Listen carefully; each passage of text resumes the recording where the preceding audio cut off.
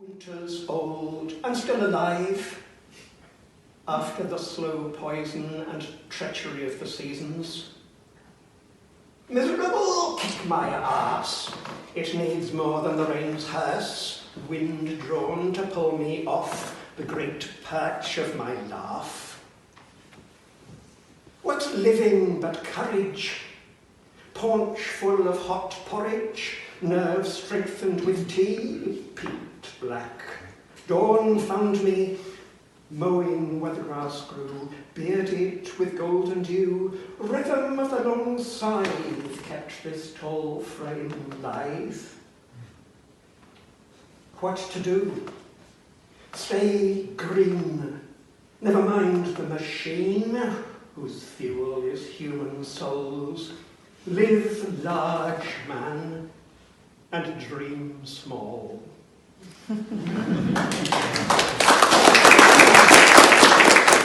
Poet Morris in 2010.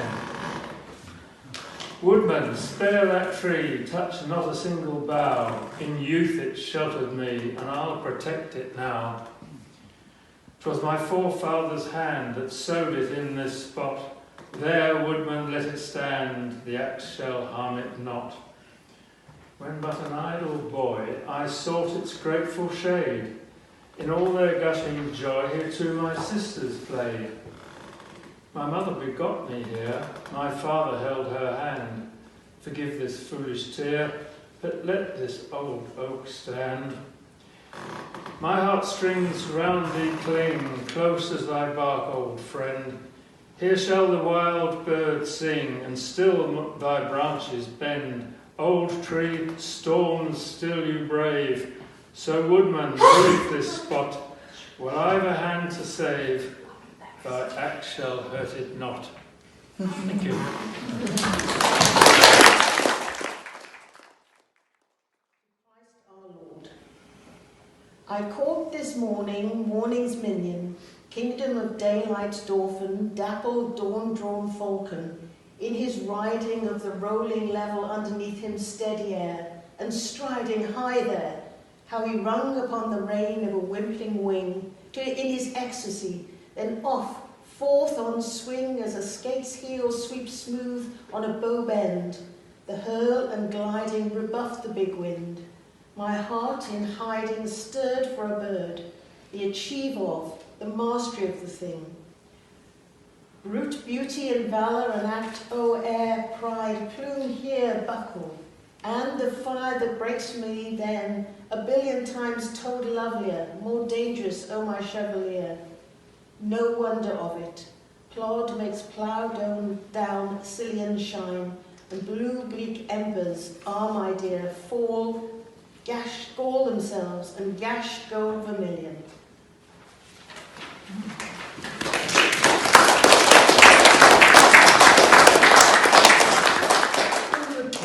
His natural bonhomie and wrote Principles of Political Economy.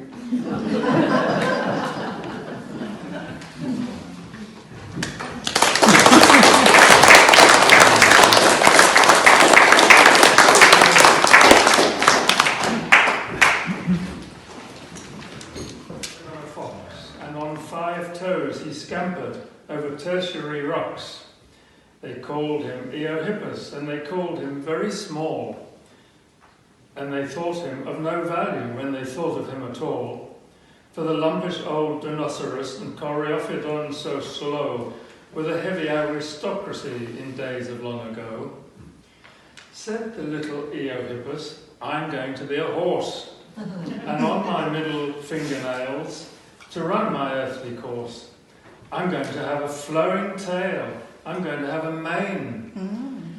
I'm going to stand 14 hands high on the Psychozoic plane. The Coreophodon was horrified, the Dinoceras was shocked, and they chased young Eohippus, but he skipped away and mocked. Then they laughed enormous laughter, and they groaned enormous groans, and they bade young Eohippus, go view your father's bones. Said they, you always were as small and mean as now we see, and that's conclusive evidence that you're always going to be.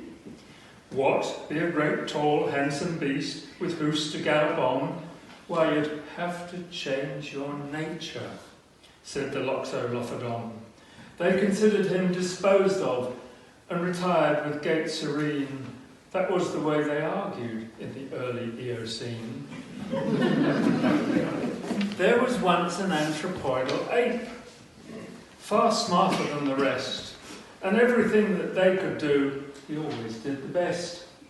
So they naturally disliked him, and they gave him shoulders cool, and when they had to mention him, they said he was a fool.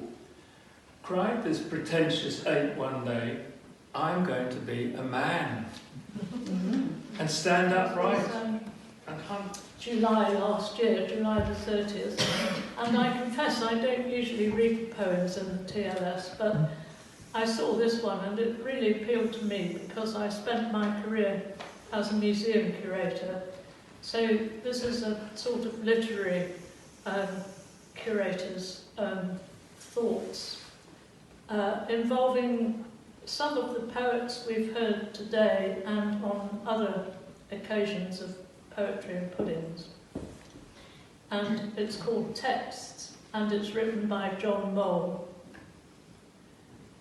Dostoevsky's Laundry List, Herman Melville's Kippers, The Last Card Forster Played at Whist, Auden's Bedroom Slippers, Milton's Hairbrush, Dryden's Wig, Wordsworth's Picnic Hamper, Lawrence's Suggestive Fig, Larkin's Rubber Stamper, Marvel's Mower, Heaney's Spade, Ted Hughes's Fishing Rod, Blake's Visions everywhere displayed, Hardy's Elusive God, Skelton's Parrot, Flaubert's Tomb, Stein's Reproductive Rose, Toklas's Recipe for Stew, Voltaire's Garden Hose, Charlotte Bronte's Wedding Ring, Radcliffe Hall's Dress Suit, Truman Capote's Flashy Bling,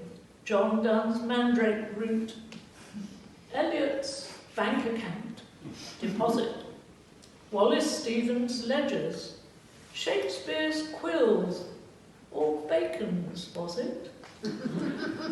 Baudelaire's French Letters, Anita Bruckner's Hotel Bills, Priest's First Madeleine. Earth has not anything to show nor fair. Dull would he be of soul, who could pass by a sight so touching in its majesty. This city now doth like a garment wear the beauty of the morning, silent, bare. Ships, towers, domes, theatres and temples lie open unto the fields and to the sky, all bright and glittering in the smokeless air. Never did the sun more beautifully steep in his first splendour, valley, rock or hill. Ne'er saw I, never felt a calm so deep. The river glideth at his own sweet will. Dear God, the very houses seem sleep, and all that mighty heart is lying still. My own energy. I've no idea whether I'm related in any way to Thomas Gray, but I'd like to think so. This poem consists of ruminations on the graves of the humble poor, some of whom might have achieved greatness had they been born in different circumstances. I perhaps should say that Hampden was, of course, the champion of Parliament against Charles I, and the lyre referred to was not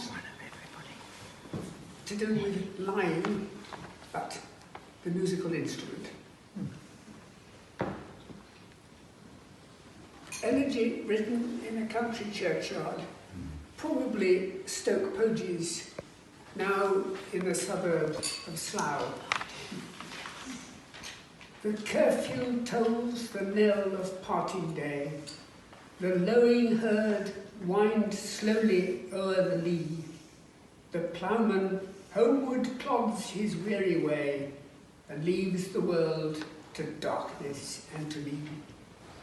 Now fades the glimmering landscape on the sight, and all the air a solemn stillness holds, save where the beetle wheels his droning flight, and drowsy tinklings lull the distant folds, save that from yonder ivy-mantled tower the moping owl does to the moon complain of such as wandering near her secret bower molest her ancient solitary reign.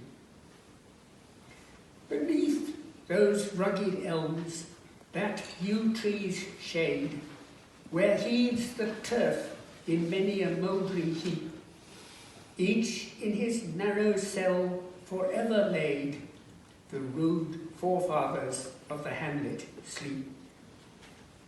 The breezy call of incense-breathing morn, the swallow twittering from the straw-built shed, the cock's shrill clarion or the echoing horn, no more shall rouse them from their lowly bed. For them no more the blazing hearth shall burn, or busy housewife ply her evening care. No children run to listen. I thought I'd go back to school and read a poem that we were taught at school. In our day, we were taught these wonderful poems. I don't know whether they teach them anymore. Do you remember Ozymandias? Meg the Gypsy? Yes? No? Yes. Yeah? Yeah. I don't suppose you can say gypsy anymore. Well, whatever. Anyway, this brings me back to school days. And it's a lovely poem, and I think of Westminster Bridge now and what's happened on Westminster Bridge. And let's just go back in time to quieter days.